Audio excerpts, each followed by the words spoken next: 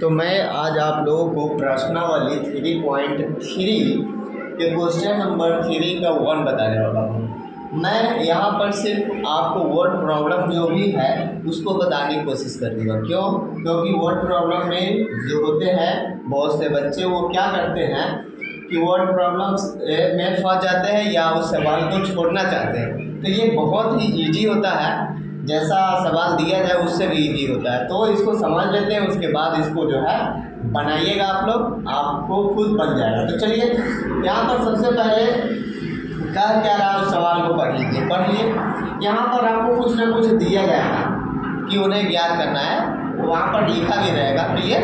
यहाँ पर नहीं लिखा हुआ है इस सवाल में क्लियर, तो यहाँ पर लिखा जाएगा उसे याद करें या वो जो चीज़ें होगी उसको ज्ञात करना है। तो यहाँ पर उन्हें ज्ञात करना है यानी कि उस संख्या को ज्ञात करना है। तो इसमें क्या करेंगे, सबसे बड़ी संख्या को मान लेंगे यानी कि पहली संख्या, ठीक है।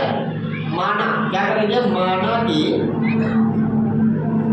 बड़ी संख्या, क्या बड़ी संख्या जो है वो कौन है, वो मान लीजिए x क्लियर।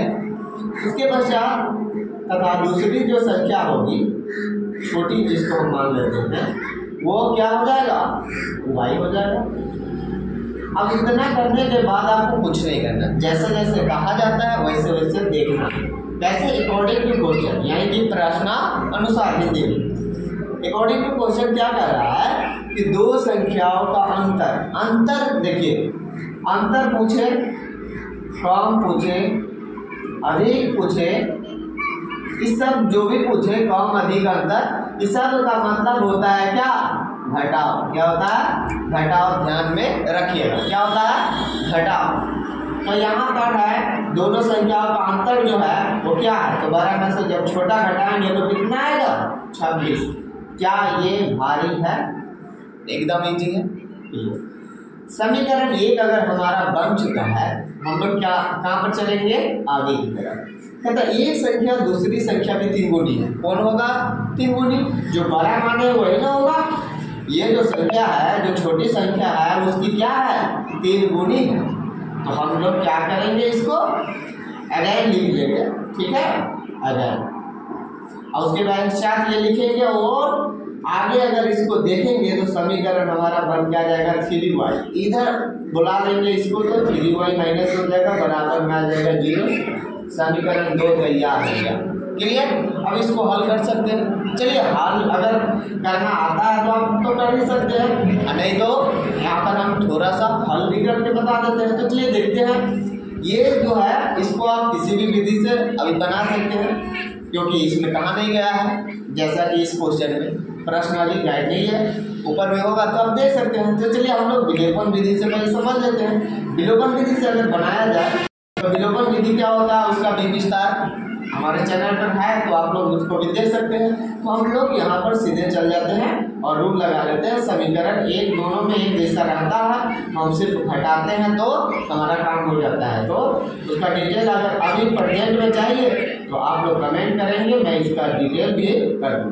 समीकरण 1 में से 2 घटाने पर अगर हम घटाते हैं तो हमारे पास क्या आने वाला है, x माइनस वाई बराबर 26 और x माइनस 3y बराबर 0।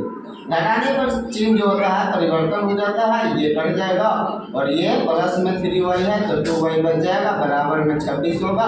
y का वैल्यू निकालिएगा 13 आ जाएगा। y का मान क्या रखिएगा,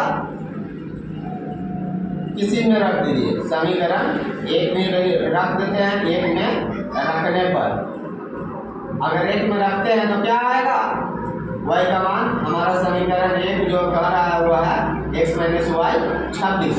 तो यहाँ पर हमको x का वैल्यू नहीं निकला है, y का वैल्यू निकला है। कितना निकला है, 13, और इधर कितना 26। तो x का वैल्यू कितना हो जाएगा, ये माइनस उधर जाके प्लस, तो x बराबर कितना, तो 26 और 13 49, कितना हो गया, हमारा बड़ी संख्या जो है वो कितनी है और छोटी संख्या जो है वो क्या है, तो वो हमारा आ गया है 13। कितना है, 13।